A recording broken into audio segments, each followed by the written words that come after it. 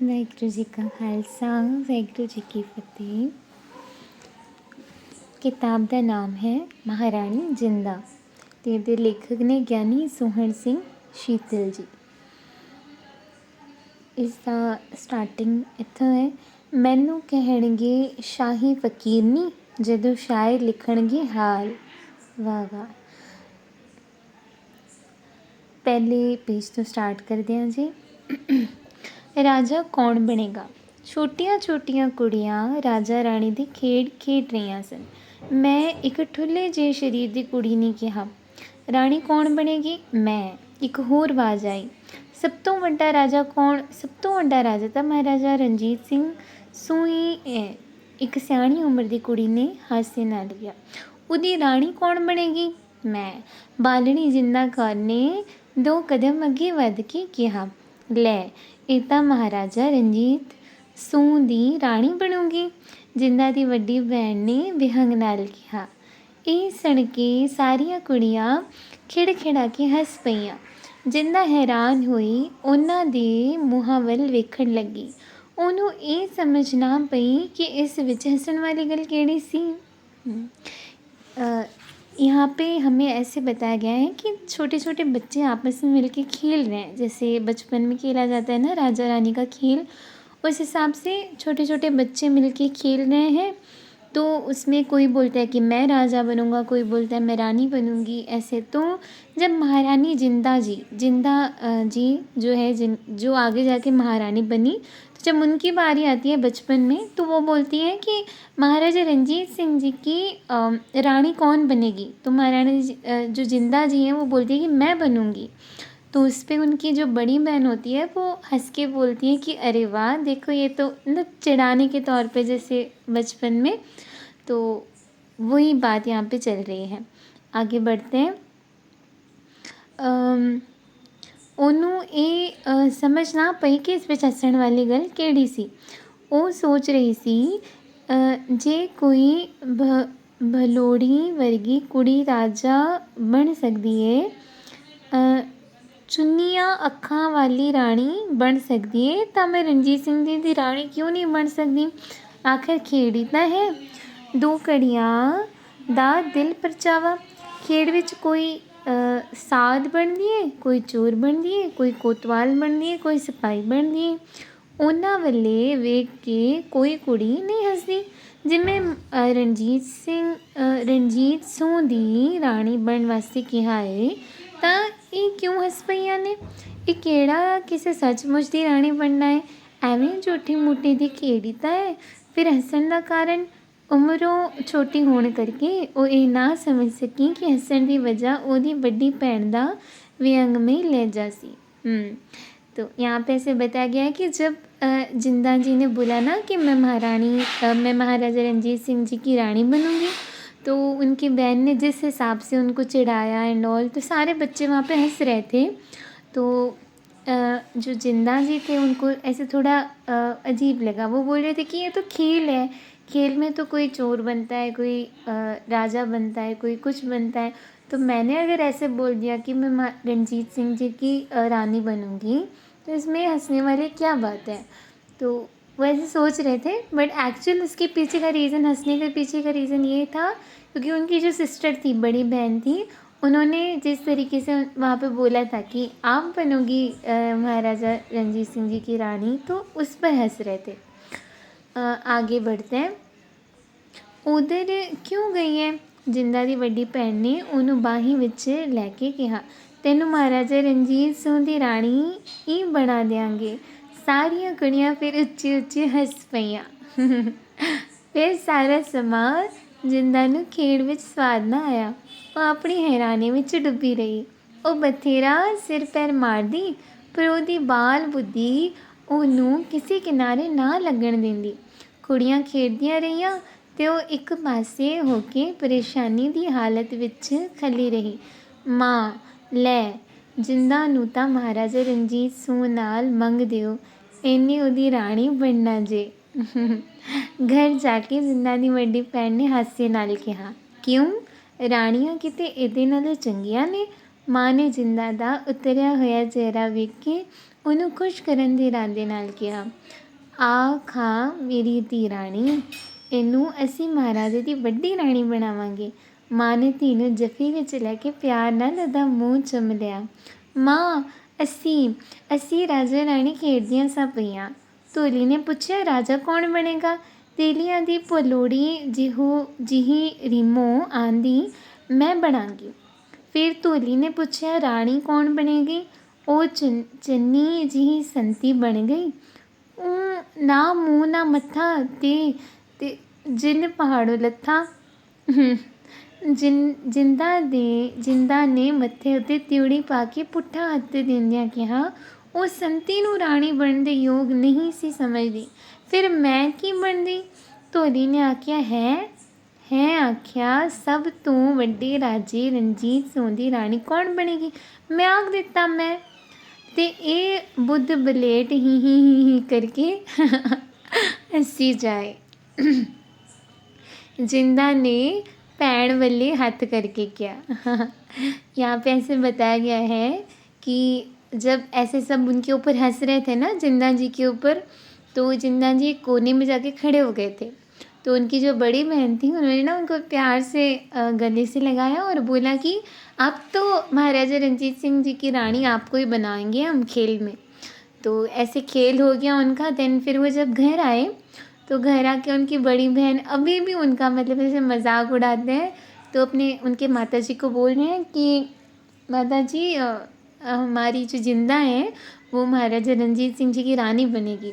तो उनकी माता जी ने भी मजाक में उनको गले से लगाया और बोला कि हाँ ये रानी बनेगी। तो वहाँ पे फिर से जो जिंदा जी थे उनको ऐसे लगा, वो बता रहे अपने माता जी को कि माता जी देखो, ऐसी ऐसी लड़कियां थी, उन्होंने कुछ नाम लिए यहाँ पे, तोली, बड़ोली, समथिंग ऐसे नाम लिए उनकी सहेलियों के। तो बोल रहे कि उनकी तो ना रूप रंग है ना कुछ है, फिर भी किसी को कोई रानी बना दिया, किसी को कुछ बना दिया। तो जब उन्होंने पूछा कि महाराजा रंजीत सिंह जी की रानी कौन बनेगी, तो मैंने बोल दिया कि मैं बनना चाहती हूँ। तो माता जी इसमें गलत क्या है? खेल में तो कोई भी बन सकता है। और फिर उन्होंने अपनी बहन की तरफ इशारा करके कहा कि ये मेरी जो बहन है ना, ये इतना ही करके हंसी जा रही है मेरे ऊपर, आप इसको समझाओ कि इसमें हंसने वाली क्या बात है। आगे पढ़ते हैं। जिंदा ने पैड़ वालों हाथ करके किया, वध के कोठी जिड्डी हो चलिए ते अकल मासा नहीं ਇਹਨੂੰ। ਜਿੰਦਾ ਨੂੰ ਵੱਡੀ ਭੈਣ ਦੀ ਮੂਰਖਤਾ ਉੱਤੇ ਗੁੱਸਾ ਆ ਰਿਹਾ ਸੀ। ਇਹਨੂੰ ਅਕਲ ਕਿੱਥੇ? ਇਹ ਤਾਂ ਨਿਰਾ ਬੁੱਧੂ ਹੈ, ਇਹ ਤਾਂ ਨਿਰੀ ਬੁੱਧੂ ਹੈ। ਮਾਂ ਨੇ ਲਾੜ ਨਾਲ ਜਿੰਦਾ ਦੀ ਗੱਲ ਦੀ ਪ੍ਰੋੜਤਾ ਕਰ ਦਿੱਤੀ। ਤਾਂ ਹੋਰ ਭਲਾ ਹਾਸੇ ਪਾਣੇ ਵੀ ਕੋਈ ਕਿਸੇ ਦੀ ਰਾਣੀ ਬਣ ਜਾਂਦੀ ਹੈ? ਅਸੀਂ ਤਾਂ ਐਵੇਂ ਝੂਠੀ ਮੂਠੀ ਖੇਡਦੀਆਂ ਸਾਂ। ਜਿੰਦਾ ਨੇ ਮਾਂ ਦਾ ਭੁਲੇਖਾ ਦੂਰ ਕਰਨ ਵਾਸਤੇ ਕਿਹਾ, ਤੇ ਮੇਰੀ ਜਿੰਦਾ ਨਾਲੋਂ ਕਿਹੜੀ ਰਾਣੀ ਸੋਹਣੀ ਹੈ? ਅਸੀਂ ਸੱਚਮੁੱਚ ਇਹਨੂੰ ਮਹਾਰਾਜਾ ਰਣਜੀਤ ਸਿੰਘ ਦੀ ਰਾਣੀ ਬਣਾ ਦਿਆਂਗੇ। ਜਿੰਦਾ ਦੀ ਸੁੰਦਰਤਾ ਉੱਤੇ ਮਾਂ ਦਾ ਦਿਲ ਵੀ ਮੋਹਿਆ ਗਿਆ ਸੀ। ਸੱਚਮੁੱਚ? ਜਿੰਦਾ ਦੇ ਸਵਾਲ ਵਿੱਚ ਖੁਸ਼ੀ ਤੇ ਹੈਰਾਨੀ ਲੱਗੀਆਂ ਹੋਈਆਂ ਸਨ। ਹਾਂ ਸੱਚਮੁੱਚ, ਮਾਂ ਨੇ ਦੁਬਾਰਾ ਹਾਮੀ ਭਰ ਦਿੱਤੀ। ਆਹਾ ਜੀ, ਅਸੀਂ ਮਹਾਰਾਜਾ ਰਣਜੀਤ ਸਿੰਘ ਦੀ ਰਾਣੀ ਬਣਾਂਗੇ। ਮਾਂ ਦੀਆਂ ਬਾਹਾਂ ਵਿੱਚੋਂ ਨਿਕਲ ਕੇ ਜਿੰਦਾ ਖੁਸ਼ੀ ਨਾਲ ਭੁੜਕਣ ਲੱਗ ਪਈ। ਰਣਜੀਤ ਸਿੰਘ ਕਾਣਾ ਵੀ ਹੈ? ਵੱਡੀ ਭੈਣ ਨੇ ਛੇੜਨ ਵਾਸਤੇ ਕਿਹਾ। ਤੇਰਾ ਘਰਵਾਲਾ ਕਾਣਾ ਹੋਵੇਗਾ। ਜਿੰਦਾ ਦਾ ਮੂੰਹ ਗੁੱਸੇ ਨਾਲ ਵਧੇਰੇ ਲਾਲ ਹੋ ਗਿਆ। ਸਾਰਾ ਪਰਿਵਾਰ ਖਿੜਖਿੜਾ ਕੇ ਹੱਸ ਪਿਆ। ਵੇਖ ਲੈ ਮਾਂ, ਹੁਣ ਤੋਂ ਇਹ ਚਿੜਨ ਲੱਗ ਪਈ ਹੋ।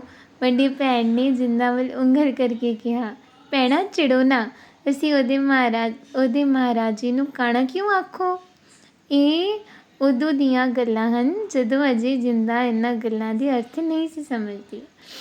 तो यहाँ पे कहा गया है कि जब ऐसे बात चल रही थी तो उनके माता जी ने बोला कि जिंदा जी को समझाया कि आपकी बड़ी बहन तो बुद्धू है, उसकी बातों के ऊपर चिंता मतलब ध्यान मत दो। तो रानी जिंदा जी ने बोला कि माता जी मैं तो झूठ मूठ का वो खेल था, ऐसे थोड़ी है कि मैं सचमुच रानी बनने जा रही हूँ उनकी, फिर भी ये समझ नहीं रहे।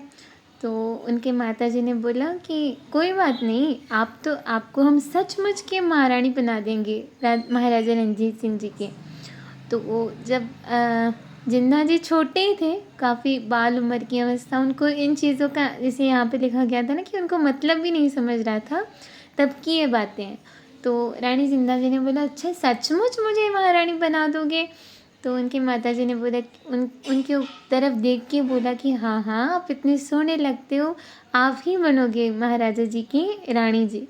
तो उस समय उनकी बहन ने ना ऐसे छेड़ने के हिसाब से उनको बोला कि आपका घर वाला काड़ा काड़ा होएगा। काड़ा मतलब जैसे हमको पता है कि महाराजा रणजीत सिंह जी की एक आँख में ना उनको थोड़ा कम दिखाई देता था, तो उस हिसाब से उन्होंने बोला।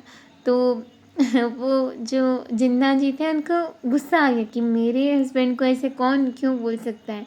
तो ऐसे ही गुस्से में, जब उनको तो तभी कुछ समझ में नहीं थी, बट जैसे ऐसे ही तो सारा परिवार मतलब हंस खेल रहा था कि देखो अभी इतनी छोटी है, अभी ही मतलब उसके मन में ऐसे गुस्सा आ रहा है एंड ऑल।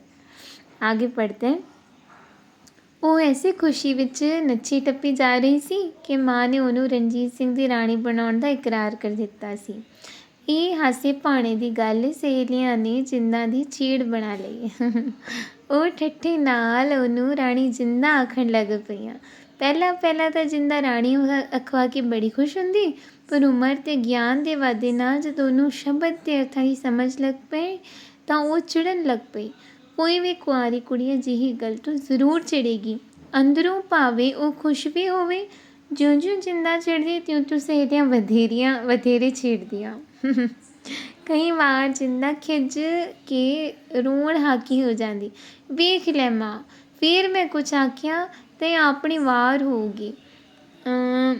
ਵਧੇਰੇ ਗੁੱਸਾ ਜਿੰਦਾ ਨੂੰ ਆਪਣੀ ਵੱਡੀ ਭੈਣ ਉੱਤੇ ਆਉਂਦਾ, ਕਿਉਂਕਿ ਜਿੰਦਾ ਨੂੰ ਛੇੜਨ ਵਿੱਚ ਉਹ ਸਭ ਤੋਂ ਮੋਹਰੀ ਹੁੰਦੀ ਸੀ। ਭਲਾ ਮਾਂ, ਮੈਂ ਕਿਉਂ ਰੋਣਾ ਹੈ? ਜੋ ਇਹਦਾ ਜੀ ਆਵੇ ਇਹ ਕਹੀ ਜਾਵੇ।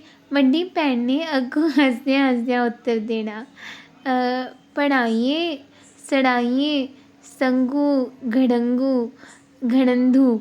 ਜਿੰਦਾ ਨੇ ਮੂੰਹ ਚਿੜਾ ਕੇ ਕਹਿਣਾ, ਆਖੀ ਚੱਲ ਮੈਂ ਕੋਈ ਗੁੱਸਾ ਕਰਦੀ ਹਾਂ। ਨਾਲੇ ਰਾਣੀ ਜਿੰਦਾ ਦਾ ਗੁੱਸਾ ਕਰਦੇ ਰਹਿਣਾ ਕਿਸੇ ਦੇ ਰਾਜ ਵਿੱਚ ਹੋਇਆ। ਵੱਡੀ ਭੈਣ ਨੇ ਉਸੇ ਤਰ੍ਹਾਂ ਮੁਸਕਰਾਉਂਦਿਆਂ ਉੱਤਰ ਦੇਣਾ, ਉਹ ਪੜ੍ਹਾਈਏ ਸਰਦਾਰਾਂ 'ਤੇ ਮੰਗੀ ਹੋਈ ਸੀ। ਤੂੰ ਤਾਂ ਲੱਜ ਲੱਥੀ ਏ, ਤੂੰ ਗੁੱਸਾ ਕਾਹਨੂੰ ਕਰਨਾ ਹੋਇਆ?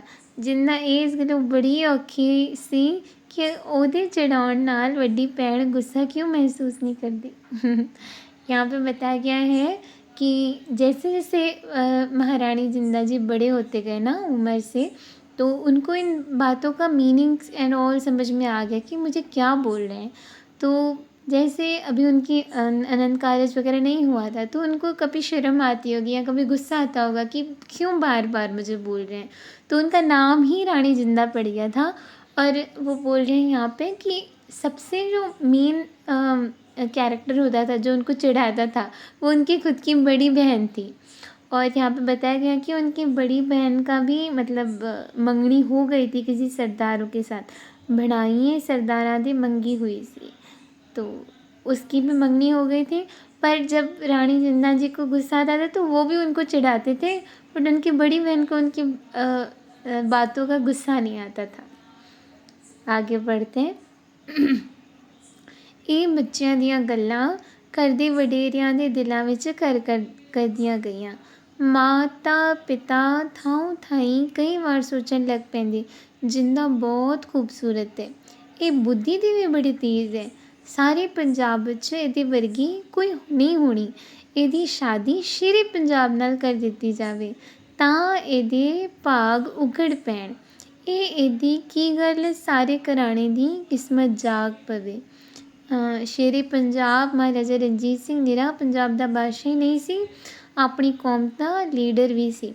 ਆਪਣੇ ਗੁਣਾਂ ਅਤੇ ਪ੍ਰਜਾ ਦਾ ਹਿੱਤ ਚਾਹੁਣ ਦੇ ਕਾਰਨ ਉਹ ਸਮੁੱਚੇ ਪੰਜਾਬੀਆਂ ਦਾ ਹਰਮਨ ਪਿਆਰਾ ਸੀ। ਲੋਕ ਉਹਦੇ ਨਾਲ ਨੀੜ ਪ੍ਰਾਪਤ ਕਰਨ ਦੇ ਰਿਸ਼ਤਾ ਗੰਢਣ ਵਿੱਚ ਆਪਣਾ ਮਾਣ ਅਤੇ ਖੁਸ਼ੀ ਖੁਸ਼ਕਿਸਮਤੀ ਸਮਝਦੇ ਸਨ। ਉਹ ਸਮੇਂ ਹੁਕਮਰਾਨ ਨੂੰ ਰੱਬ ਦਾ ਨਾਇਬ ਅਤੇ ਨਿਹਕਲੰਕ ਸਮਝਿਆ ਜਾਂਦਾ ਸੀ। ਉਸ ਸਮੇਂ ਹੁਕਮਰਾਨ ਨੂੰ ਰੱਬ ਦਾ ਨਾਇਬ ਅਤੇ ਨਿਹਕਲੰਕ ਸਮਝਿਆ ਜਾਂਦਾ ਸੀ। ਵੱਡਿਆਂ ਬੰਦਿਆਂ ਵਿੱਚ ਉਦੋਂ ਬਹੁਤੇ ਵਿਆਹ ਕਰਾਉਣ ਦਾ ਰਿਵਾਜ ਸੀ। ਉਸ ਜ਼ਮਾਨੇ ਤਾਂ ਬੱਚਿਆਂ ਨੂੰ ਕਹਾਣੀ ਇਹ ਸੁਣਾਈ ਜਾਂਦੀ ਸੀ ਕਿ ਇੱਕ ਸੀ ਰਾਜਾ, ਉਹਦੀਆਂ 7 ਰਾਣੀਆਂ ਸਨ। ਸੋ ਜੇ ਮਾਮੂਲੀ ਰਾਜੇ ਦੀਆਂ 7 ਰਾਣੀਆਂ ਹੋ ਸਕਦੀਆਂ ਸਨ ਤਾਂ ਮਹਾਰਾਜੇ ਦੀਆਂ 27 ਕਿਉਂ ਨਾ ਹੋਣ। ਵਾਹਿਗੁਰੂ ਵਾਹਿਗੁਰੂ। ਅਤੇ ਸ਼ੇਰੇ ਪੰਜਾਬ ਤਾਂ ਪੰਜਾਬ ਦੇ ਕਈ ਰਾਜਿਆਂ ਦਾ ਮਹਾਰਾਜਾ ਸੀ। ਸਰਦਾਰ ਮੰਨਾ ਸਿੰਘ ਨੇ ਪੱਕਾ ਮਨ ਬਣਾ ਲਿਆ ਕਿ ਜਿੰਦਾ ਨੂੰ ਸ਼ੇਰੇ ਪੰਜਾਬ ਦੀ ਰਾਣੀ ਬਣਾਉਣਾ ਹੈ। ਮੰਨਾ ਸਿੰਘ ਆਪਣੇ ਇਲਾਕੇ ਪਿੰਡ ਚਾਹਲ, ਤਹਿਸੀਲ ਜ਼ਫਰਵਾਲ, ਜ਼ਿਲ੍ਹਾ ਸਿਆਲਕੋਟ ਦਾ ਮੰਨਿਆ ਪ੍ਰਮੰਨਿਆ ਸਰਦਾਰ ਸੀ। ਉਹ ਔਲਖ ਗੋਤ ਦਾ ਜੱਟ ਸਿੱਖ ਸੀ।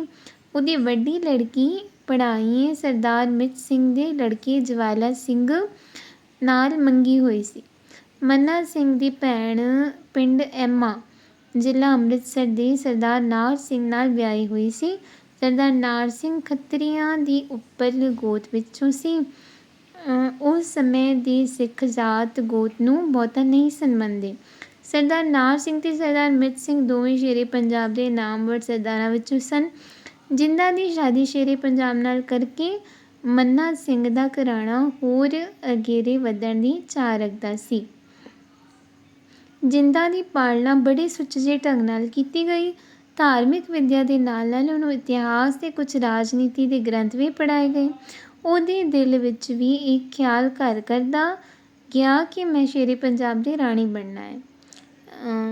यहाँ पे ऐसे बताया गया है कि फिर उनके माता पिता जो थे ना, जिंदा जी के माता पिता, उनके भी मन में ऐसे लगा कि हमारी जो जिंदा है वो बहुत खूबसूरत है और ऐसे।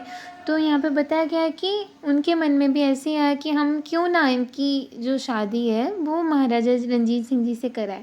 तो यहाँ पे ऐसे एक एग्ज़ाम्पल के तौर पे बताया गया कि उस टाइम पे वो जो समा था, ऐसा माहौल था कि वहाँ पे अगर बच्चों को कहानी में सुनाते थे ना तो ऐसे बताते थे कि एक राजा था और उसकी 7 रानियाँ थी। तो उस हिसाब से यहाँ पे एग्ज़ाम्पल दिया गया है कि अगर एक नॉर्मल राजा की 7 रानियाँ हो सकती हैं, 7 रानियाँ हो सकती हैं, तो महाराजा रंजीत सिंह की ज़्यादा क्यों नहीं हो सकती। तो इस हिसाब से एक एग्ज़ाम्पल दिया है। यहाँ पे आगे उन्होंने कुछ नाम बताए, जैसे सरदार मन्ना सिंह जी जो हैं वो मुझे लगता है शायद महारानी जिंदा जी के पिताजी। तो उन्होंने अपना पूरा मन बना लिया कि मुझे तो अगर करनी है अपनी बच्ची की शादी तो वहीं पे करनी है, क्योंकि यहाँ पे उनकी जो बड़ी बेटी थी ना, यहाँ पे लिखाया गया है कि जैसे पहले भी बताया गया था उनकी मंगनी ऑलरेडी हो चुकी थी सरदार मित सिंह के लड़के ज्वाला सिंह जी से मंगी हुई सी, मतलब मंगनी इंगेजमेंट हो चुकी सी। किसकी? उनके बड़े बेटी की। तो अभी जो टाइम था वो जिंदा जी का था। तो अभी यहाँ पे से बताया गया कि जिंदा जी को ना पढ़ाई करवानी शुरू कर दी गई। मतलब वो ऑलरेडी बहुत क्लेवर थे, उनको धार्मिक पढ़ाई के साथ साथ राजनीतिक ग्रंथ भी उनको पढ़ाए गए। तो अभी जो जिंदा जी थे उनको भी ऐसे मन में ख्याल आता था कि मुझे महाराजा रंजीत सिंह शेरे पंजाब जी की रानी बनना है। जिंदा अजे बालड़ी सी ਤਾਂ ਉਹਦੀ ਵੱਡੀ ਭੈਣ ਦਾ ਵਿਆਹ ਹੋ ਗਿਆ। ਮਿੱਤ ਸਿੰਘ ਭੜਾਣੀਆਂ ਸ਼ੇਰੇ ਪੰਜਾਬ ਦੇ ਜਾਗੀਰਦਾਰ ਸਰਦਾਰਾਂ ਵਿੱਚੋਂ ਸੀ। ਉਹਦਾ ਇੱਕੋ ਇੱਕ ਪੁੱਤਰ ਜਵਾਲਾ ਸਿੰਘ ਵੀ ਫੌਜ ਵਿੱਚ ਅਫਸਰ ਸੀ। ਉਹ ਬੜੀ ਸ਼ਾਨ ਨਾਲ ਪਿੰਡ ਚਾਹਲ ਟੁੱਕੇ ਜਿੰਦਾ ਦੀ ਵੱਡੀ ਭੈਣ ਦਾ ਵਿਆਹ ਬੜੀ ਧੂਮਧਾਮ ਨਾਲ ਹੋਇਆ। ਮਗਰੋਂ ਜਵਾਲਾ ਸਿੰਘ ਸਹੁਰੇ ਜਾਇਆ ਕਰਦਾ ਤਾਂ ਉਹਦੀ ਚਮਕ ਦਮਕ ਝੱਲੀ ਨਾ ਜਾਂਦੀ। ਜਿੰਦਾ ਦੀ ਭੈਣ ਬੜੇ ਕੀਮਤੀ ਕੱਪੜੇ ਅਤੇ ਗਹਿਣੇ ਪਾ ਕੇ ਪੇਕੇ ਜਾਂਦੀ। ਉਹਦੇ ਵੱਲ ਵੇਖ ਕੇ ਜਿੰਦਾ ਦੇ ਖਿਆਲ ਵਿੱਚ ਆਉਂਦਾ, ਅੱਛਾ ਮੈਂ ਇਹਦੇ ਨਾਲ ਵੀ ਵਧੇਰੇ ਗਹਿਣੇ ਪਾਇਆ ਕਰਾਂਗੀ। ਇੱਕ ਵਾਰ ਜਿੰਦਾ ਨੇ ਇਤਿਹਾਸ ਵਿੱਚ ਪੜ੍ਹਿਆ, ਨੂਰ ਜਹਾਂ ਬਾਦਸ਼ਾਹ ਜਹਾਂਗੀਰ ਦੀ ਮਨਚਾਹੀ ਬੇਗਮ ਸੀ। ਬਾਦਸ਼ਾਹ ਨੇ ਸਾਰਾ ਰਾਜ-ਕਾਜ ਬੇਗਮ ਦੀ ਹੱਥ ਸੌਂਪ ਛੱਡਿਆ ਸੀ। ਅਸਲੀ ਅਰਥਾਂ ਵਿੱਚ ਮੁਲਕ ਉੱਤੇ ਨੂਰ ਜਹਾਂ ਹੀ ਰਾਜ ਕਰਦੀ ਸੀ। ਉਹ ਬੜੀ ਸਮਝਦਾਰ ਅਤੇ ਯੋਗ ਇਸਤਰੀ ਸੀ। ਮੈਂ ਵੀ ਰਾਜ ਕਰਾਂਗੀ। ਜਿੰਦਾ ਦੇ ਦਿਲ ਵਿੱਚ ਖਿਆਲ ਆਇਆ, ਪਰ ਰਾਜ ਕਰਨ ਵਾਸਤੇ ਉਸਦੇ ਹਿਊ ਪੜ੍ਹਨਾ ਜ਼ਰੂਰੀ ਹੈ। ਉਹਨੇ ਮਨ ਵਿੱਚ ਸੋਚਿਆ। ਉਸ ਦਿਨ ਤੋਂ ਉਹ ਇਤਿਹਾਸ ਤੇ ਰਾਜਨੀਤੀ ਦੇ ਗ੍ਰੰਥਾਂ ਵਿੱਚ ਵਧੇਰੇ दिलचस्पी ਲੈਣ ਲੱਗ पई। यहाँ पे बताया गया है कि जैसे उनकी जो बड़ी बहन थी, उनकी इंगेजमेंट ऑलरेडी हो चुकी थी, तो बाद में अभी उनका आनंद कारज भी हो गया ज्वाला सिंह जी से।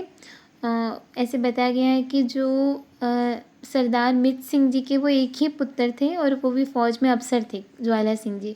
तो जैसे शादी के बाद मायके आते हैं तो वो अपने पेके घर आती थी, तो बड़ी चमक धमक से लाइक अच्छे अच्छे कपड़े पहन के, गहने पहन के आती थी। तो जो जिंदा जी है उनको देख के ना उनके मन में भी ऐसे आता था कि अच्छा मैं तो इनसे अच्छे गहने पहनूंगी, ऐसे मतलब मन में सोचती थी। तो यहाँ पे एक बताया गया है कि रानी जिंदा जी जो है उनको उन्होंने कहीं पे इतिहास में पढ़ा था कि नूरजहाँ बादशाह जो है उनकी नूरजहाँ है जो बादशाह जागीर की बेगम थी, एक रानी थी। तो उन्होंने इतिहास में से पढ़ा था कि जो नूरजहाँ है वो पूरा राज भी संभालती थी, बिकॉज उनको वो समझदार थी और उसके लायक थी। तो उनके मन में ऐसे ख्याल है कि मेरी भी जब शादी होगी ना महाराजा रणजीत सिंह जी से, तो वहाँ पे राज मैं करूँगी।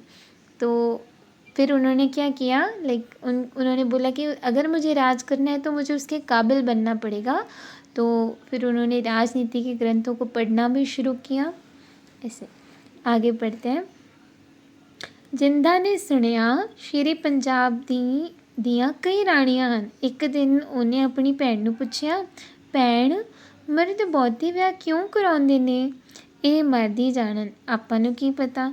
ਭੈਣ ਨੇ ਅੱਗੋਂ ਟਾਲਣ ਦੇ ਇਰਾਦੇ ਨਾਲ ਕਿਹਾ, ਨਹੀਂ ਸਾਨੂੰ ਵੀ ਜਾਣਨਾ ਚਾਹੀਦਾ ਹੈ। ਆਖਰ ਬਹੁਤੇ ਵਿਆਹ ਦਾ ਦੁੱਖ ਤਾਂ ਇਸਤਰੀਆਂ ਨੂੰ ਹੀ ਭੁਗਤਣਾ ਪੈਂਦਾ ਹੈ ਨਾ। ਜਿਨ੍ਹਾਂ ਨੇ ਬੜੀ ਗੰਭੀਰਤਾ ਨਾਲ ਜਿੰਦਾ ਨੇ ਬੜੀ ਗੰਭੀਰਤਾ ਨਾਲ ਕਿਹਾ, ਅੱਛਾ ਤੇਰਾ ਵਿਆਹ ਮਹਾਰਾਜੇ ਨਾਲ ਕਰਨ ਦੀਆਂ ਸਲਾਹੀਂ ਹੋ ਰਹੀਆਂ ਨੇ, ਉਹਦੀਆਂ ਅੱਗੇ ਕਈ ਰਾਣੀਆਂ ਨੇ, ਤੂੰ ਪਤਾ ਕਰ ਲਈ ਭਈ ਉਹਨੇ ਬਹੁਤੇ ਵਿਆਹ ਕਿਉਂ ਕਰਵਾਏ ਨੇ। ਭੈਣ ਨੇ ਅੱਗੋਂ ਮੁਸ਼ਕਰੀ ਵਜੋਂ ਕਿਹਾ, ਨਹੀਂ ਭੈਣ ਮੈਂ ਹੱਸਦੀ ਨਹੀਂ, ਇੱਕ ਮਹਾਰਾਜੇ ਦੀ ਗੱਲ ਨਹੀਂ, ਰੱਜੇ ਪੁੱਜੇ ਆਦਮੀ ਆਮ ਬਹੁਤੇ ਵਿਆਹ ਕਰਾਉਂਦੇ ਨੇ। ਆਖਰ ਕਿਉਂ? ਕੁਛ ਨਾ ਕਾਰਨ ਜ਼ਰੂਰ ਹੋਏਗਾ। ਅੱਛਾ ਇਹ ਦੱਸ ਭਾਈਏ ਨੇ ਵੀ ਕਦੇ ਹੋਰ ਵਿਆਹ ਕਰਾਉਣ ਦੀ ਗੱਲ ਕੀਤੀ ਹੈ? ਜਿੰਦਾ ਨੇ ਸੰਜੀਦਗੀ ਨਾਲ ਪੁੱਛਿਆ। ਉਹਦਾ ਮਤਲਬ ਭੈਣ ਦੇ ਪਤੀ ਸਰਦਾਰ ਜਵਾਲਾ ਸਿੰਘ ਤੋਂ ਸੀ। ਅਜੇ ਤਾਂ ਨਹੀਂ, ਪਰ ਇਹਨਾਂ ਮਰਦਾਂ ਦਾ ਕੀ ਭਰੋਸਾ।